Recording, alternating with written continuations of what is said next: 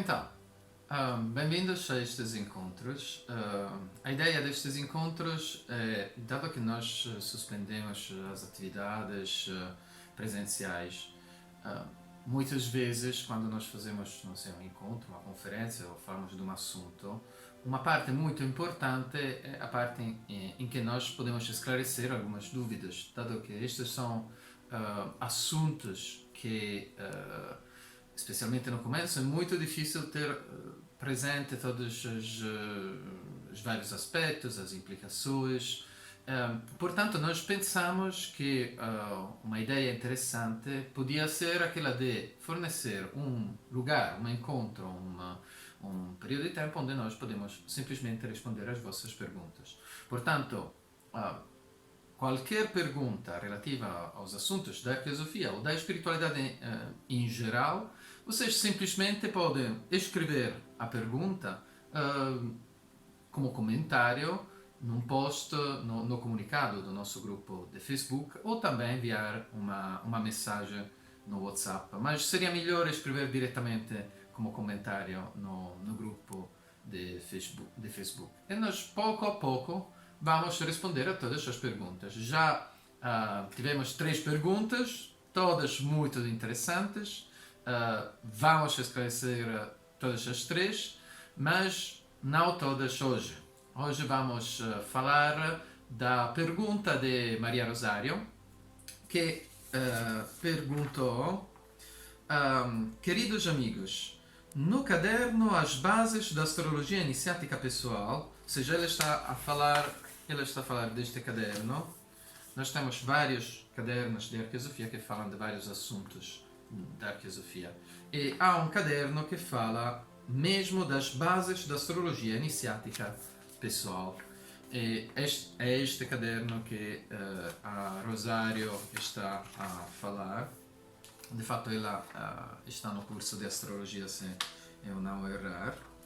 Ela diz: no final da definição e origens da astrologia iniciática, refere relativamente à ciência dos astros que esta ensina a estabelecer quando e como operam as boas influências dos astros sobre os chakras ou centros de força, sobre as 3 veias energéticas, sobre os corpos subtis. Pergunto se é possível explicar como isso se pratica a partir, por exemplo, das influências dominantes dos astros neste período. Muito obrigado. Então, muito obrigado a nós, Rosário. Vamos tentar de responder. Em primeiro lugar, este caderno fala da astrologia iniciática. Há várias tipologias de astrologia, nós vimos astrologia horária, astrologia mundial, astrologia pessoal, mas há uma tipologia de astrologia que é uma astrologia mais profunda, que é essencialmente a verdadeira astrologia. O verdadeiro objetivo da astrologia não é prever um futuro, um destino que não se pode mudar. É conhecer onde é que estamos a ir, onde estamos direcionados e mudar o nosso destino dependentemente da nossa vontade. Okay?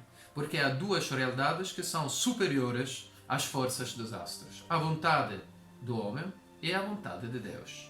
Estas 2 realidades são hierarquicamente superiores. Portanto, os astros inclinam numa direção ou numa outra direção, no enquanto os homens e Deus podem escolher mudar, renovar a situação e, portanto, ultrapassar as influências dos astros. De fato, a astrologia iniciática começa da uma ideia fundamental, ou seja, a ideia do universo vivente. Este é o ponto crucial para compreender. Nós temos uma ideia muito mecanicística do universo, ou seja, o universo tem como um mecanismo feito de leis inapeláveis, um mecanismo de causas e efeitos. Este é verdade, um mecanismo que depende da lei de causalidade. Mas, por outro lado, além, ao lado do universo mecânico, há um universo orgânico, um universo vivente. Ou seja, todo o universo é um único ser vivente e nós fazemos parte deste universo. Quando nós falamos de o sistema solar é, antes de ser um conjunto de corpos celestes físicos, de massas, velocidade, forças gravitacionais, é um ser, é alguém, uma única consciência, com vários pontos de consciência, vários centros de influências, que são os centros de força. A astrologia iniciática, essencialmente, tem vários lemas, podemos dizer, ou ditos, um dos quais é: os sábios dominam as estrelas, que essencialmente é aquele que nós já estávamos a dizer antes, ou seja, os homens podem mudar as influências das estrelas. Um outro lema muito importante e específico da astrologia iniciática é que os astros influenciam os homens, mas os homens influenciam os corpos celestes. Este é um ponto muito importante para esclarecer, ou seja, o que é que temos? Nós estamos acostumados a considerar para real simplesmente aquilo que nós conseguimos ver, mas nós temos uma visão muito parcial. Como existe uma Terra, o símbolo da Terra é este. Okay? Como existe uma Terra física, além da Terra física, existe também uma Terra energética, com os seus corpos energéticos, um corpo etérico, um corpo astral, ou seja, um aspecto emocional, emotivo, e também como uma alma, um aspecto psíquico da Terra, a alma do mundo. Esta é uma doutrina que todas as populações, todos os povos que tinham mais um contato mais verdadeiro e mais direto com a natureza, tinham a percepção de fazer parte de um único ser vivente. De fato, quando vocês veem um tramonto, uma alvorada, uma manifestação natural, esta manifestação tem algo de sagrado para nós. Olhar, por exemplo, para o céu com todas as estrelas. Por quê?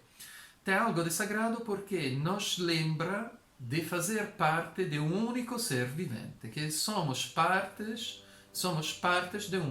de uma única realidade, de uma única natureza.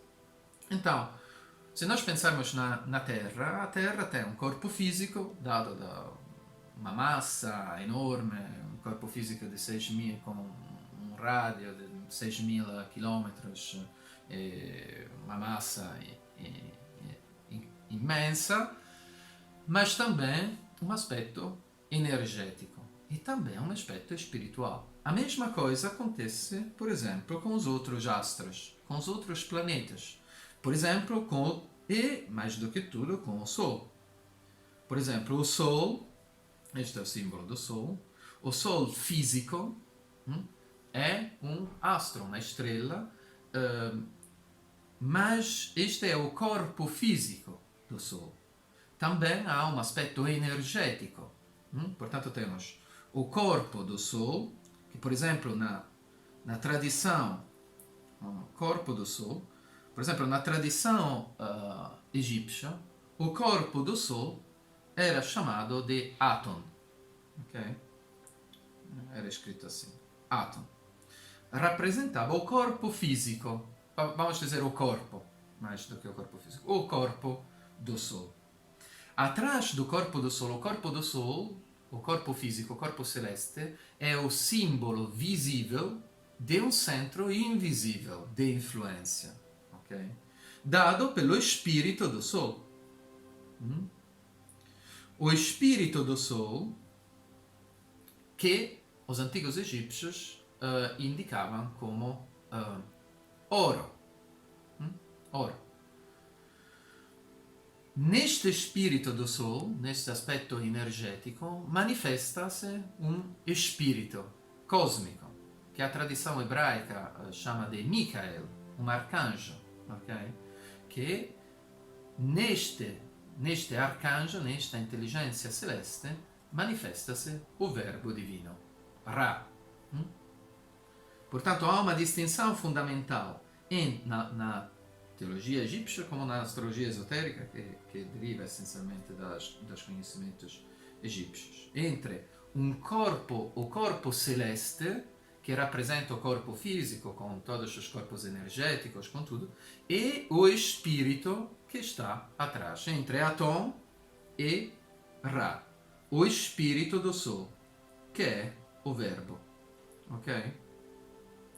Então, esta é uma distinção fundamental que nós devemos ter em conta quando falamos de astrologia iniciática ou esotérica. Por quê? Porque os astros influenciam os homens, ou seja, essencialmente, os corpos celestes dos astros, os corpos energéticos, influenciam os corpos energéticos, ou seja, o aspecto físico, o aspecto vital, o aspecto emocional, o aspecto mental, os nossos pensamentos. Está claro que os planetas nos influenciam. Okay? Mas os espíritos destes planetas influenciam a nossa consciência, ou seja, a nossa individualidade. A parte mais profunda de nós é influenciada dos espíritos dos planetas. Ok? Então, dado que a nossa consciência, portanto, há uma analogia entre a constituição invisível dos homens e a constituição invisível dos planetas. Esta analogia chama-se lei de ressonância antropocósmica. Ok? Ou seja, esta possibilidade pelos homens de ressonar com os planetas e o converso. Então, portanto, o sistema solar é como um grande homem cósmico, ok? Ou seja, tem uma sua consciência. E como nós temos uma nossa consciência que, se bem desenvolvida, possui como 7 centros de consciências fundamentais, ou centros de força, também o sistema solar possui 7 planetas que são pontos, expressões fundamentais das virtudes, das qualidades do sistema solar. Nós temos, por exemplo, Marte representa a força. Okay? A força do sistema solar está emanata do planeta Marte. Temos Vênus, a beleza, todas as regras que nós conhecemos da astrologia. Então, o que acontece? Claramente, quando estes planetas estão bem posicionados, estão fortes, estão no domicílio deles, então é claro que as consciências dos homens estará mais propensa, incline a manifestar aquelas virtudes, aquelas qualidades. Portanto, conhecendo as dignidades essenciais, ou seja, a força e a fraqueza dos planetas, nós já temos uma ideia de quais são as virtudes que nós podemos mais facilmente manifestar ou não manifestar. Para tornar prática toda esta doutrina, vamos dizer que há várias correspondências entre centros de forças e planetas. Uma clássica, que encontra-se no caderno número 15, é esta, ou seja, há uma correspondência, por exemplo, entre os 12 centros de força ou chakras e os vários planetas. Temos, por exemplo, a Lua ao centro genital, Marte ao centro umbilical, Sol ao centro cardíaco. E assim temos as duas mãos, porque a mão direita e a mão esquerda também possuem centros de forças. Centros de força temos Júpiter, representa o aspecto sacerdotal e, portanto, está relacionado com a mão direita, que é aquela da benção, enquanto a mão esquerda, do rigor, da purificação, do exorcismo, está relacionado com Marte. Portanto, estas duas faculdades, a benção, o exorcismo, o aspecto do rigor de Marte, o aspecto sacerdotal de Júpiter, estão relacionados com os dois centros de força. Esta é uma correspondência, ok? Mas é uma correspondência mais simbólica do que prática. Da um ponto de vista prático, devemos raciocinar mais em relação às qualidades e às virtudes relacionadas com estes centros de forças do que fazer uma analogia entre um planeta, um centro, um chakra. Okay? É um pouco mais articulado do que isto, se nós queremos mesmo tornar algo de prático.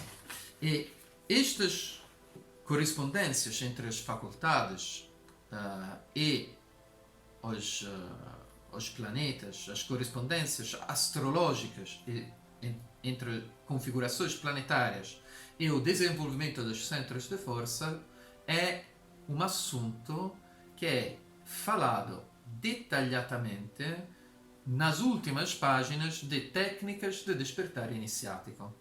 Ok? Técnicas de Despertar Iniciático é um manual que nós imprimimos. Eu acho muitos de vocês já têm. Se vocês vão na última parte deste manual, vão encontrar várias regras que permitem de fornecer um guia para compreender quais são as relações entre planetas e centros de forças. Mas, simplificando, podemos dizer que na parte superior temos vários centros. Temos o centro frontal, o centro occipital, o centro coronal, temos também o centro da garganta, temos outros centros menos conhecidos, o centro soma, o centro mental. São centros importantes, mas menos conhecidos. Mas, essencialmente, todos estes centros estão relacionados com as faculdades mentais. E, portanto, os dois planetas que mais do que tudo estão relacionados com estas faculdades são Saturno e Mercúrio. Que os bons aspectos, as dignidades essenciais destes dois planetas estão associados essencialmente com a capacidade de concentração, de abstração, de síntese, de pensamento, de meditação. Além de dois planetas ainda mais importantes, que são Sol e Marte. Sol e Marte estão relacionados com o aspecto da vontade, essencialmente. Vontade e decisão. No enquanto Saturno e Mercúrio mais com o aspecto mental da concentração. Portanto, se nós temos bons aspectos entre o Sol e Saturno, Marte e Saturno em bons aspectos dá o domínio de si. Mercúrio, Marte, em bom aspecto dá deliberação, vigor mental. Okay? Portanto, são todas as relações, as boas relações entre estes planetas e o significador dos caracteres, do caráter, que são essencialmente o Sol pela vontade, o aspecto do vigor com Marte, inclinam a bons momentos para fazer um desenvolvimento da concentração, da atenção, da meditação, da intuição. As faculdades mais intuição, vidência, estão relacionadas pelo contrário, com Urano e Netuno. Urano é mais um aspecto da intuição do centro frontal, ok? Mesmo lúcida. No enquanto informal, podemos dizer. No enquanto Netuno é mais, geralmente, é mais uma visão, ok? Mas estes dois planetas, em relação com o Sol e a Lua, produzem várias... estão relacionados com várias faculdades e várias experiências. Por exemplo, Sol, Urano, está relacionado com o domínio. Sol, Netuno, um aspecto místico, misticismo muito elevado. No enquanto, Lua, Netuno, visão do além, experiências psíquicas. No enquanto, Lua, Urano, intuição. Okay? Então, estas são as configurações fundamentais dos centros superiores, ou seja, centro frontal, centro da garganta, centro mental, centro soma, centro occipital. Há vários centros de forças que podem ser desenvolvidos. Okay? Em geral, não, as pessoas, se possuem dois destes centros, já é muita coisa. Okay? Mas potencialmente podem ser desenvolvidos muitos destes centros. Diferente é o aspecto cardíaco. Cardíaco, então, do centro do coração, nós temos Júpiter, o aspecto religioso sacerdotal, o aspecto do sagrado, Vênus, o aspecto da caridade. Portanto, os bons aspectos entre Júpiter, Vênus, o Sol, a Lua, produzem bons momentos, boas situações, lugares para fazer uma ascese cardíaca ou mística. Okay? Júpiter, Vênus e também Netuno. Okay? Então, este é um super resumo. Também há uma parte do centro basal, mais relacionada com Plutão, Saturno, Marte. Na verdade seria Plutão, Marte e Lua. Agora, a pergunta de Rosário, ela queria mesmo analisar o céu de agora e ver qual poderia ser. Portanto, eu imprimi este mapa astral e vamos analisar qual é e quais são os o que é que podemos fazer, quais são. Em primeiro lugar, devemos dizer que se um planeta for em domicílio, este é muito poderoso e atua sempre bem. Portanto, é um momento em que as faculdades que são regidas por este planeta são favorecidas. Portanto, para nós é muito importante ver quais são os planetas que estão em domicílio. No enquanto, os planetas que estão em exílio ou em queda, portanto, em dignidades essenciais ruins, são muito fracos. Portanto, não é a altura para desenvolver as qualidades, não podem atuar bem. Nas bases da astrologia iniciática, Tommaso Flaminides diz: quando o planeta for bem posicionado, então o anjo pode atuar. No enquanto, quando o planeta for mal posicionado, não pode atuar, o espírito do bem não pode atuar, portanto, atua o espírito ruim. Neste caso, nós temos dois planetas. Temos Saturno, que está em Capricórnio, e depois vai mudar pelo Aquário. E temos Netuno, com certeza, que está em Peixes, que está em domicílio. O Sol está em exaltação.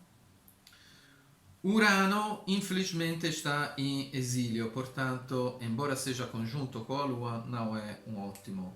Mas Vênus está em domicílio. Júpiter, infelizmente, está em Capricórnio, portanto, está em queda. Marte está em exaltação. Então, esta conjunção, Saturno, Plutão, Júpiter, Marte, todos estes planetas juntos não se dão bem, ok? Criam confusão. Isto claramente é o caso, nós vimos agora, não é um momento excepcional, em geral, pelo mundo. Claramente, tendo esta conjunção tão forte em Capricórnio, todos os lugares do caranguejo, que são Sina, Milão, New York, Veneza, e em geral todas as grandes cidades são regidas pelo caranguejo, a França, a Holanda, são todas regidas pelo caranguejo, não são numa situação excepcional. Isto já se vê, não é? Mas, pela concentração, poderia ser, de qualquer forma, não é um ótimo momento, objetivamente. Netuno em peixes é ótimo, este pode ser utilizado, mas mais à frente, quando Júpiter vai se juntar a Netuno. Então, neste caso, será em 2022, vamos ver um período muito bom pela sese mística. Para a sese mística, a meditação sobre o coração. Antes, nós vamos ter uma conjunção muito importante Júpiter-Saturno a 0 graus do Aquário, mas isto precisaria de um encontro simplesmente para explicar estas conjunções, que são reguladoras da evolução dos povos. Se vocês querem, podem escrever um comentário e vamos falar disto. Em geral, por enquanto, não há uma situação excelente. Também porque Marte, saindo do Aquário, depois vai se juntar a Netuno. Esta conjunção Marte-Netuno, que vai ser em junho, não é muito boa. Um período muito bom será em dezembro. Dezembro vai ser um período muito bom. Mas é claro que há uma diferença entre utilizar os períodos melhores para fazer algumas experiências especiais e simplesmente se treinar em vista de aproveitar de um período muito bom. Há exercícios que nós podemos fazer em qualquer momento, exercícios de concentração, de meditação sobre o coração, sobre os símbolos, todos estes exercícios que são falados nos cadernos, que vocês podem nos perguntar e nós vamos dizer simplesmente, estes podem se fazer em qualquer situação.